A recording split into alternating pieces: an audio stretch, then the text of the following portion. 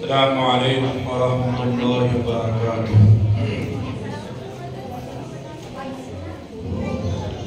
الحمدللہ وحدہ والصلاة والسلام علی من لا نبی بعدہ، اما بعد فاعوذ باللہ من الشیطان الرجیم، بسم اللہ الرحمن الرحیم۔ فی القرآن المجید والفرقان الحمید، قال اللہ تبارک و تعالی اِنَّا أَنزَلْنَاهُ فِي لَيْلَةٍ مُبَارَكَةٍ، وقال النبي صلى الله عليه وسلم من أحدث في أمرنا هذا ما ليس منه فهو رد، صدق الله العظيم۔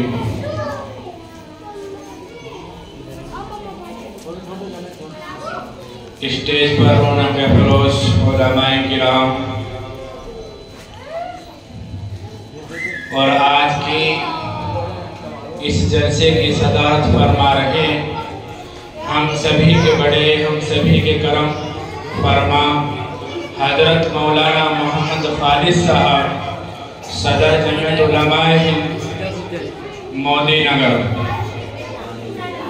اور آج کے اس اجلاس کے مہمان خصوصی حضرت مولانا محمد حسرت صاحب، امام و خطیب جامع مسجد سارا،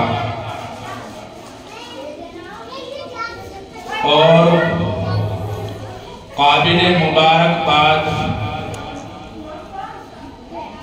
دل کی گہرائیوں سے شکریہ ذمہ دار حضرات کا، جنہوں نے آپ سبھی پر محنت کر کے آپ کو یہاں اکٹھا کر دیا،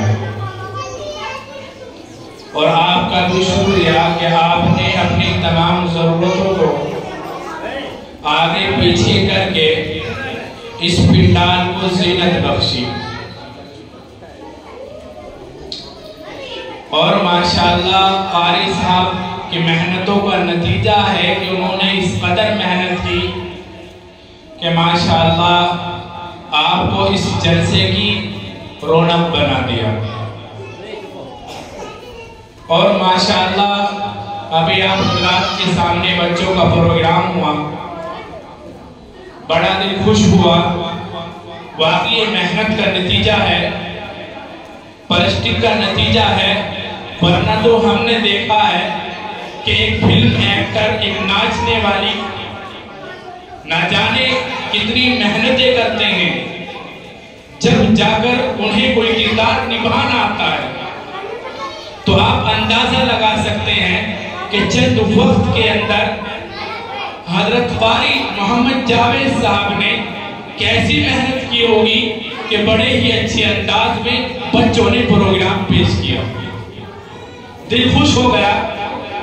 دعا ہے بارگاہ رب العزت میں کہ اللہ تبارک و تعالی ان کے بچے کو ہر وقت ہر گھڑی کامیابی و کامرانی عطا فرمائے، اور اس سے بڑھ کر دعا یہ کہ اللہ تبارک و تعالی نے ایک معلم کی شکل میں اور ایک معلمہ کی شکل میں آپ حضرات کو دونوں ہیرے دیے ہیں، جو بڑی محنتیں کرتے ہیں، مزاج خاموش ہے، جواب دینا گوارا نہیں سمجھتے، اور حدیث میں آتا ہے اگر کوئی انسان کسی سے بدتمیزی کر رہا ہے یا بے ادبی کر رہا ہے، جب تک وہ خاموش رہتا ہے تو فرشتہ اس کی طرف سے جواب دیتا ہے۔ تو ٹھیک اس کے مصداق قاری محمد جاوید صاحب، جو اللہ نے آپ کو ایک امام کی شکل میں دیا، اور پھر ان کی اہلیہ محترمہ جو ماشاءاللہ بڑے ہی پڑھی لکھی اور ماشاءاللہ بڑی تربیت یافتہ بچی، جنہوں نے آپ کی بچی کو ایک ماحول دے کر ان کی تربیت کر دی، تو ماشاءاللہ جیسی محنت کر رہے ہیں، مجھے انشاءاللہ اندازہ ہے کہ آنے والے وقت میں یہی بچے ایک بڑے مدرسے کا مقابلہ کریں گے۔ اگر یہ محنت برابر چلتی رہی، محنت میں اخلاص رہا، تو انشاءاللہ وہ دن دور نہیں کہ یہی بچے جو اتر پردیش کے بڑے ادارے ہیں جیسے خادم الاسلام آبو بابو والی بدھیڑی، انشاءاللہ آنے والے وقت میں یہی بچے سینہ تار کر ان کا مقابلہ بے خوف بے لوث کر سکتے ہیں۔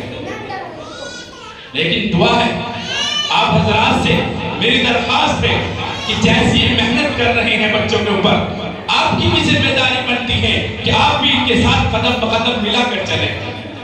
اگر انہیں کوئی پریشانی ہے یا کوئی دقت ہے فوراً آپ کھڑے ہو جائیے، پیسے سے، جان سے، وقت سے، کہ گھبرانے کی ضرورت نہیں ہے، ہم آپ کے ساتھ ہیں۔ تو انشاءاللہ آپ کے بچوں کو اور آپ کے مدرسے کو بہت زیادہ ترقی اور بلندیاں عطا ہوگی۔ میرے دوستو، ہمیں اس بات کی ضرورت ہے کہ جیسے ہمارے دونوں بچے ہمارے بچوں پر محنت کر رہے ہیں، ہمیں ضرورت اس بات کی ہے کہ ہم بھی انہی کے ساتھ اسی طرح قربانی پیش کریں گے نا انشاءاللہ۔ انشاءاللہ اللہ ان دونوں سے مرتے دم تک دین کا کام لے اور مرتے دم تک دین میں خدمت کرنے کی توفیق مرحمت فرمائے۔ وقت تو نہیں ہے اور وقت بہت کم ہے، کیونکہ بالخصوص ہم سبھی کے بڑے حضرت مولانا محمد خالد صاحب تشریف فرما ہے۔ حالانکہ مجھ جیسا کم علم، کم عمل اور طالب علم کو آگے کر دیا، یہ حضرت کی طرف سے اشارہ ہے اور علماء دیوبند کا اعتراض رہا ہے کہ بڑے ہمیشہ اپنے چھوٹوں کو آگے کر دیا کرتے ہیں۔ حالانکہ میری ضرورت نہیں کہ میں حضرت کے سامنے کچھ لفظ گشائی کر سکوں، لیکن پھر بھی ادب احترام رکھتے ہوئے، حضرت والا کے حکم کی تعمیل کرتے ہوئے، اور آپ کے جو ذمہ دار ہیں قاری محمد جاوید صاحب، ان کی حاضری پر، ان کی آواز پر لبیک کہتے ہوئے میں آپ کے درمیان حاضر ہو چکا ہوں۔ اور ہمارے مہمان خصوصی حضرت مولانا محمد حسرت صاحب بھی تشریف فرما ہو چکے ہیں۔ اب میں چاہتا ہوں کہ بہت کم مختصر وقت میں آپ حضرات کے سامنے اپنی بات کو بتلا کر آپ لوگوں سے جدا ہو جاؤں۔ میں نے آپ حضرات کے سامنے قرآن کریم کی ایک آیت پڑھی جو آج کی رات سے تعلق رکھتی ہے۔ میں چاہتا ہوں کہ آج کی سبحان المقدس اور بابرکت اور اس کی فضیلت و عظمت کو بیان کروں، اس کی درانی رات شب برات کی عظمت و برتری کو بیان کروں، اس مقدس اور بابرکت رات کے متعلق معاشرے اس سماج میں پھیلی ہوئی برائیوں اور خرافات پر روشنی ڈالوں۔ تو میں نے آپ حضرات کے سامنے قرآن کریم کی ایک چھوٹی سی آیت تلاوت کی۔ اللہ تبارک و تعالیٰ ارشاد فرما رہے ہیں کہ ہم نے اس قرآن پاک کو لوح محفوظ سے آسمان دنیا پر اتارنے کا فیصلہ ایک بابرکت والی رات میں کیا۔ اس مبارک رات میں ہر حکمت والا معاملہ طے کر دیا جاتا ہے۔ تاجدار مدینہ محمد مصطفیٰ عربی صلی اللہ علیہ وسلم ارشاد فرماتے ہیں کہ جس نے دین اسلام میں اور مذہب اسلام میں اس چیز کو پیدا کیا جس کا دین سے کوئی تعلق نہیں، تو یاد رکھے وہ اپنے وقت کا مردود اور شیطان ہے۔ یہ مقدس رات اس مبارک مہینے کی رات ہے جس کے بارے میں شہنشاہ بتا تاجدار مدینہ محمد عربی صلی اللہ علیہ وسلم ارشاد فرماتے ہیں شعبان شہری و رمضان شہر اللہ، کہ شعبان میرا مہینہ ہے اور رمضان میری امت کا مہینہ ہے۔ میرے دوستو، اسی کی 15ویں رات شب برات کہلاتی ہے۔ اللہ اس مبارک رات کی فضیلتوں کا کیا کہنا ہے۔ احکم الحاکمین نے اس مقدس رات میں اس قرآن پاک کو نازل کرنے کا فیصلہ فرما جو سراپا ہدایت اور رحمت ہے، جس قرآن نے عالم انسانیت کو زندگی گزارنے کے طور طریقے سکھائے، ابد الآباد اور ہمیشہ رہنے والی آخرت کی زندگی کے واسطے نجات کا سامان مہیا کیا۔ اور اس مبارک رات میں سال بھر کے معاملات جو حکمتوں اور مصلحتوں سے لبریز ہوتے ہیں طے کر دیے جاتے ہیں اور من جانب اللہ معصوم فرشتوں کے زبرد کر دیے جاتے ہیں۔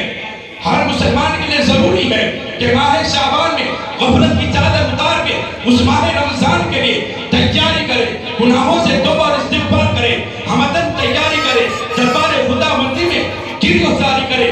خادم رسول حضرت انس رضی اللہ تعالیٰ عنہ کا فرمان ہے کہ فرماتے ہیں کہ صحابہ کرام شعبان کا چاند دیکھ کر قرآن پاک کی تلاوت میں اضافہ فرماتے تھے، اپنے مالوں سے زکات نکالتے تھے، قیدیوں کو رہا کیا جاتا تھا، قرض چکائے جاتے تھے، تو اس لیے کہ مہینہ مقرب اور افضل مہینہ ہے۔ اللہ پاک کی مخلوق میں نبی 4 ہیں لیکن افضل ایک ہے، حضرت جبریل علیہ السلام افضل ہے۔ مقرب نبی 4 ہیں لیکن محمد صلی اللہ علیہ وسلم افضل ہے۔ مقرب مقامات 4 ہیں لیکن مکہ مکرمہ افضل ہے۔ مقرب راتیں 4 ہیں لیکن شب قدر افضل ہے۔ مقرب پہاڑ 4 ہیں لیکن طور سینہ افضل ہے۔ مقرب دریا 4 ہیں لیکن فرات دریا افضل ہے۔ مقرب صحابہ 4 ہیں لیکن ابو بکر صدیق افضل ہے۔ مقرب مہینے 4 ہیں لیکن ماہ شعبان افضل ہے۔ ہر مسلمان کے لیے ضروری ہے کہ اس مہینے میں غفلت کی چادر اتار دے۔ اللہ کا رسول تو ماہ شعبان کو اپنا مہینہ قرار دے رہا ہے، مگر ہم اس ماہ مبارک کے انوار و برکات سے محروم ہیں۔ یہ غفلت اور ناسی پاسی نہیں تو کیا ہے؟ میری ماں اور سارے عالم کے مسلمانوں کی ماں حضرت عائشہ صدیقہ رضی اللہ تعالیٰ عنہ خود ارشاد فرماتی ہیں کیا کہ اللہ کے رسول صلی اللہ علیہ وسلم سے پوچھتی ہے کیا وجہ ہے، کیا سبب ہے کہ آپ ماہ شعبان میں بہت زیادہ روزے رکھتے ہیں؟ اللہ کے نبی صلی اللہ علیہ وسلم ارشاد فرماتے ہیں اے عائشہ، اللہ تبارک و تعالیٰ اس رات آئندہ سال مرنے والوں کے نام تحریر فرماتے ہیں۔ میں چاہتا ہوں کہ میری وفات کا نوشتہ اس جہان کا لکھا جائے کہ میں روزے دار ہوں۔ میرے دوستو، وقت اجازت نہیں دے رہا ہے، لیکن پھر بھی میں سوچ رہا ہوں کیونکہ علماء کرام تشریف لا چکے ہیں، علماء کرام کا بھی بیان ہے، تو میں اپنی بات کو سمیٹتے ہوئے میرے دوستو، یہ رات رحمتوں اور سعادتوں سے دامن بھرنے کی رات ہے۔ اس رات میں دربار رحمت کھلا رہتا ہے، دربار خدا بندی میں گریزاری پیش کرنی چاہیے، اپنے گناہوں کی معافی مانگنی چاہیے۔ میرے دوستو، شب برات کوئی عید اور بقر عید کی طرح کوئی تہوار نہیں، کوئی جشن نہیں، بلکہ اس کی حقیقت یہ ہے کہ اللہ کے نبی صلی اللہ علیہ وسلم اس رات میں زیادہ سے زیادہ عبادت فرماتے تھے، قبرستان تشریف لے جاتے تھے، مردوں کے لیے، مردوں کے لیے، مردوں کے لیے، عورتوں کے لیے مغفرت کی دعا کرتے تھے اور اگلے دن روزہ رکھتے تھے۔ میرے دوستو، حضرت جبریل علیہ السلام تشریف لاتے ہیں اور فرماتے ہیں اے محمد سر اٹھائیے تو دیکھتے کیا ہے کہ جنت کے 8 دروازے کھلے پڑے ہیں۔ یہ رات کمائی کی رات ہے، خزانوں کو لوٹنے کا موسم نہیں، یہ رات فرشتوں کی عید ہے۔ ہماری اور تمہاری عید اور ہوتی ہے، لیکن فرشتوں کی عید شب برات اور شب قدر میں ہوتی ہے۔ میرے دوستو، اس مبارک رات میں تمام امور کا فیصلہ ہو جاتا ہے، کتنا اناج پیدا ہوگا وہ بھی لکھ دیا جاتا ہے، فتح ہوگی یا شکست ہوگی وہ بھی لکھ دیا جاتا ہے، جنگ ہوگی یا نہیں ہوگی وہ بھی لکھ دیا جاتا ہے، کون مرے گا کون جیے گا وہ بھی لکھ دیا جاتا ہے، پانی کتنا برسے گا وہ بھی لکھ دیا جاتا ہے، کس کو کتنی روزی ملے گی وہ بھی لکھ دیا جاتا ہے، کون حج بیت اللہ شریف کرے گا وہ بھی لکھ دیا جاتا ہے۔ آل ورس سال بھر کے بجٹ کی منظوری اس مبارک رات میں لکھ دی جاتی ہے۔ تو لیجئے میرے دوستو، اللہ تبارک و تعالیٰ کا ارشاد ہے کہ اس رات میں خود بھی گناہوں سے بچو اور اپنے خاندان والوں کو بھی گناہوں سے بچاؤ۔ اللہ تبارک و تعالیٰ نے ارشاد فرمایا یا ایھا الذین آمنوا قوا انفسکم واہلیکم نارا، اے ایمان والو خود بھی بچو اور دوسروں کو بھی بچاؤ۔ اللہ تبارک و تعالیٰ ہمیں اس رات کی قدردانی نصیب فرمائے اور بدعات اور خرافات سے بچا کر سنت رسول پر عمل کرنے کی توفیق فرمائے۔ وآخر دعوانا ان الحمدللہ رب العالمین۔